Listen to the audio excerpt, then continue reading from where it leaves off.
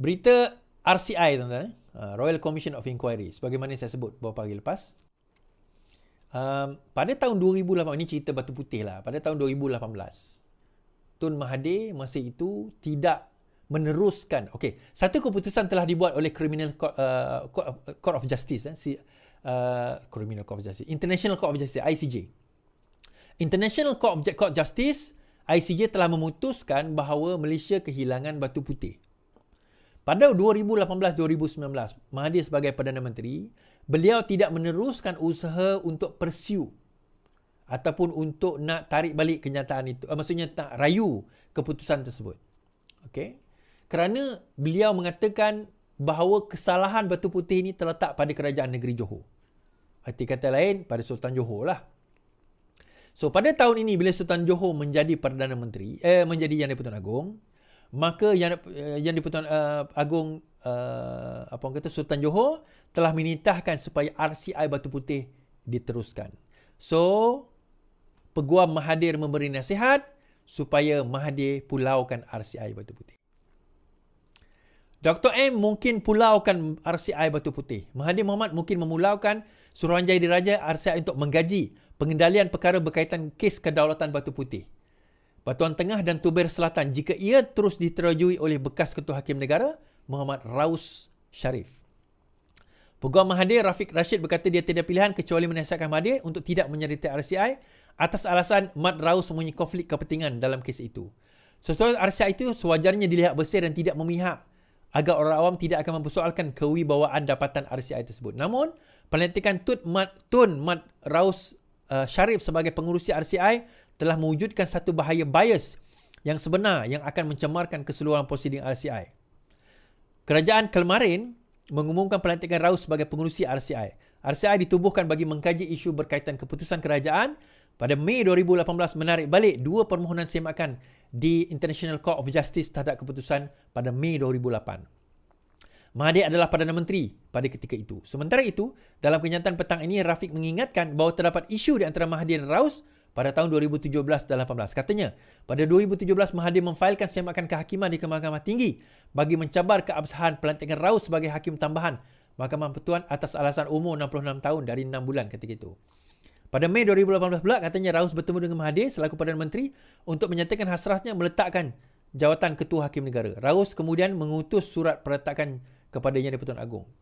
Oleh sebab-sebab yang disebutkan di atas nama keadilan bagi Mahathir, kami dengan rendah hati memohon agar Raja Malaysia menggantikan pengurusi RCI dengan orang yang tidak berkonflik dengan kepentingan itu bagi maksud mencari kebenaran di sini. Sekiranya tidak, pihak kami tiada pilihan lain untuk agar kecuali menasihatkan Mahathir agar tidak menyertai RCI tersebut. Okey. Untuk makluman tuan-tuan dan puan juga, RCI tidak ada kuasa untuk sapina, tidak ada kuasa untuk menahan, tidak ada kuasa menjatuhkan hukum, tidak ada kuasa untuk apa-apa sekalipun. RCI adalah satu badan yang diwujudkan untuk melihat dan mengkaji serta memberikan dapatan, the findings kepada pihak-pihak berwajib sahaja. Now, bila dipersoalkan tentang Raus sebab ada kepentingan konflik dengan Mahathir, bagi saya beginilah. Sebab Raus ni bukan the only one yang akan ada dalam RCI tersebut. Namun, bagi saya juga, kalau sekiranya nak memenuhi tuntutan tersebut, saya rasa tak apalah. Tukarlah pada orang lain. Tak ada isu pun. Cuma kalau sekiranya diteruskan sekalipun, sebab keputusan ataupun dapatan itu bukan terdapat pada Raus seorang. Dan dia bukan orang yang menjatuhkan atau meletakkan hukum pun. Mereka di situ to gather evidence, untuk mengumpulkan bukti-bukti, untuk mengumpulkan dokumen, untuk mengumpulkan statement-statement yang ada. Itu sahaja tugas mereka. Mereka di situ bukan untuk menjatuhkan hukum dan mereka bukan di situ untuk sebagai hakim. Jadi saya rasa daripada segi konflik itu, kalau betul nak digunakan, alasan sahajalah. Alasan saja. Tetapi, kalaulah untuk nak mengelakkan alasan itu pun digunakan, tukar je lah. Tukar sajalah. Itu tak ada jadi masalah sebenarnya. Alright. So, habis kat situ. Okay, saya tertarik dengan satu kenyataan.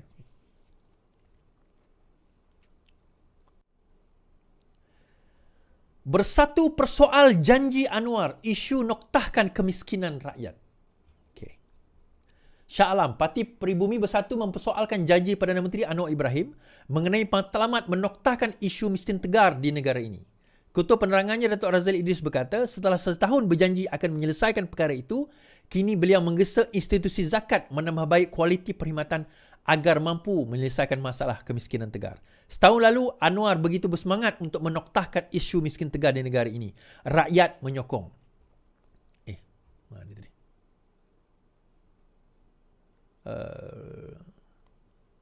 Jelasnya pengumpulan dana yang zakat yang tinggi patut digunakan untuk selesai masalah asas rakyat dan bukannya tujuan sampingan. Okay. Menurut Razali, sekiranya janji telah dibuat, maka ia perlu ditunaikan kerana institusi zakat punya peranan dan fungsi berterusan.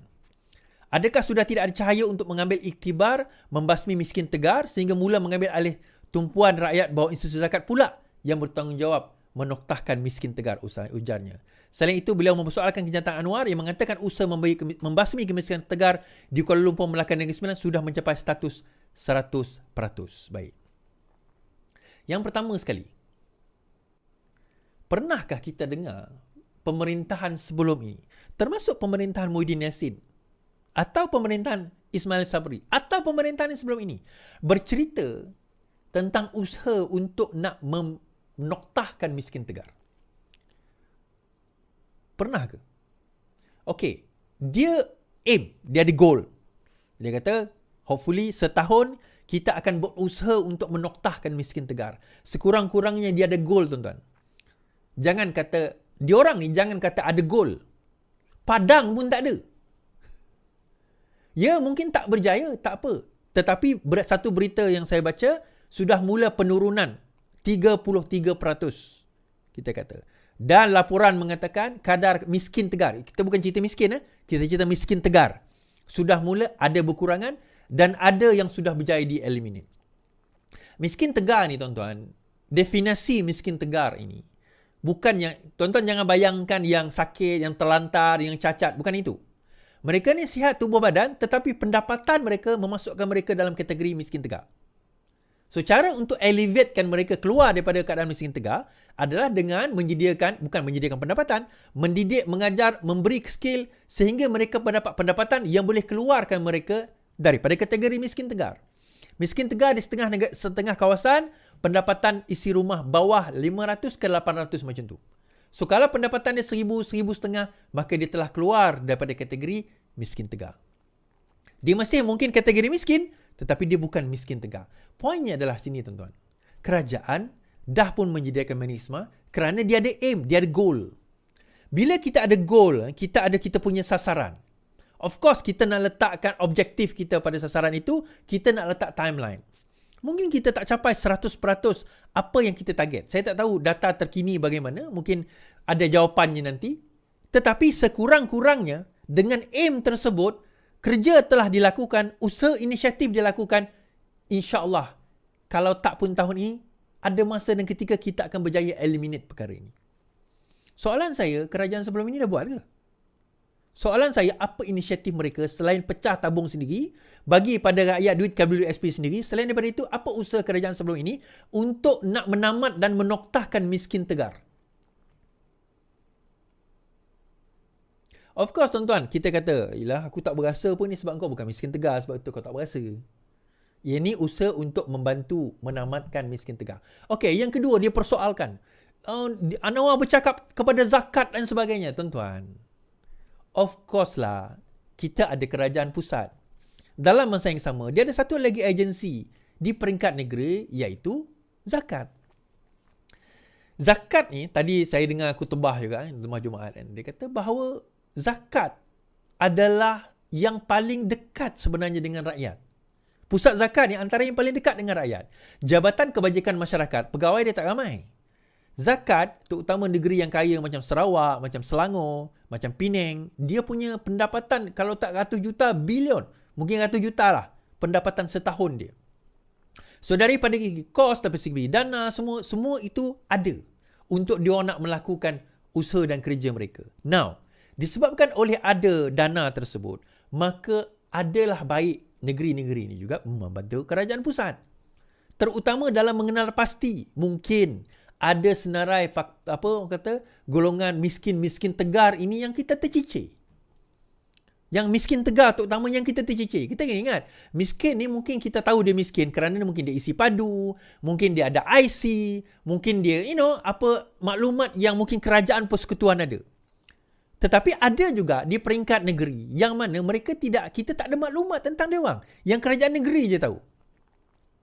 Kerajaan negeri je tahu. Saya bagi contoh tuan-tuan, ada satu rumah dekat Kuching kat Sarawak. Dia didiami oleh pasangan dah tua betul. Yang saya pergi melawat tengok rumah dia, bantu mana yang boleh. Saya tanya pada makcik tu, tak ada anak ke? Saya tanya. Anak ada tapi dia orang dah kerja jauh, kerja kat Semenanjung dia kata. So anak tak ada bagi bantuan, kami tak kontak anak. Maksudnya dia dah, saya tak tanyalah lebih sama dia orang gaduh lost contact ke atau tak kontak langsung ke, tapi saya tanya ada tak handphone. Dia tak tahu nak pakai handphone tu macam mana pun. So golongan sebegini tercicir dan saya buat laporan, saya hantar pada Baitul Mal untuk Baitul Mal datang dan Baitul Mal Sarawak datanglah untuk bagi bantuan pada mereka. So ini antara golongan yang mana bukan setakat mungkin Baitul Mal, zakat tak tahu pun maklumat tentang mereka. So kita sebagai NGO, kita bagi maklumat tu kepada pusat. So kita saling bantu membantu. Bukannya tengok kau buat kerja, kau usaha kau ni nak bantu rakyat miskin. Kenapa ni tak boleh? Kenapa tu tak bagus? Kenapa minta bantuan zakat? Dia persoalkan macam tu. Tuan-tuan, sekurang-kurangnya dia nak tolong orang miskin. Sekurang-kurangnya dia nak tolong orang miskin. Kan? Sekurang-kurangnya dia ada usaha nak tolong orang miskin. Yang kurang nak tolong orang untuk jadi lebih kaya. Bukan orang lain, orang ke orang juga. Betul tak? Kesian. Saya bawa jugalah, saya sambung lagi. Lepas tu, baru-baru ni, bila ada masalah dengan beras tempatan dan juga beras import kan. So, kerajaan memperkenalkan beras madani. Itu pun dipersoalkan. Sediakan kertas putih bukan beras madani, PAS Pahang. Masalah kekurangan beras putih tempatan di pasaran sejak hampir setahun lalu perlu dijelaskan dengan lebih bertanggungjawab. Kata oleh kerajaan madani, kata Timbalan Pesuruhjaya PAS, anda suharabu. Justru itu katanya PAS Pahang mencadangkan kerajaan persekutuan menyediakan satu kertas putih supaya segala persoalan membelenggu pemikiran rakyat dapat dijawab. Anda surah menegaskan rakyat berhak mendapat penjelasan menyeluruh dalam isu beras kerana keperluan paling asas dan digunakan secara meluas oleh penduduk Malaysia. Okay. Saya jawab. Yang pertama sekali saya setuju. Kalau ada kertas putih tu saya setuju. Tapi dalam masa yang sama jangan hentikan kerajaan nak sediakan beras madani. Kita tak boleh lah, okey, jangan bagi beras, sedia kertas putih dahulu. Tak, dia nak bagi beras, bagilah beras. Sediakan kertas putih, saya setuju. Sediakan kertas putih. Itu saya kata tadi. Dia dah nak bantu rakyat, biar je lah dia bantu rakyat. Yang kita persoalkan dia bantu rakyat tu kenapa? Patutnya, dia orang ni, terutama orang PAS ni lah yang menyokong. Kita menyokong usaha membantu rakyat. Kita menyokong usaha membenteras kemiskinan. Kita sokong. Kalaulah ada korupsi dalam usaha itu, yang tu korang bantai lah tu. Cukup-cukup. Kalau ada salah laku korupsi, penyelewengan, yang tu bantai cukup-cukup. Tapi dia tolong rakyat. Bagi beras dikatakan salah. Nak tolong miskin tegar dikatakan salah. Yang tu saya pelik. Sepatutnya kamu bukan, tak nak berterima kasih kepada kerajaan, tak apa. Tapi bantu, kita kata. Usaha, tak payah puji pun tak apa. Baik, kita sekarang ini menganggap usaha untuk bagi beras madani dan juga menoktahkan miskin tegar itu bagus. Tetapi, kita perlukan juga satu kertas putih supaya kita tahu keadaan beras tempatan semasa. Okey, I agree. Ini dia kata apa? Lebih baik sediakan kertas putih daripada bagi beras madani. Apa punya pemikiran macam ni, tuan-tuan? Kadang saya pelik lah dengan pembangkang ni. Teruk betul lah diorang. Orang bantu rakyat pun diorang persoalkan.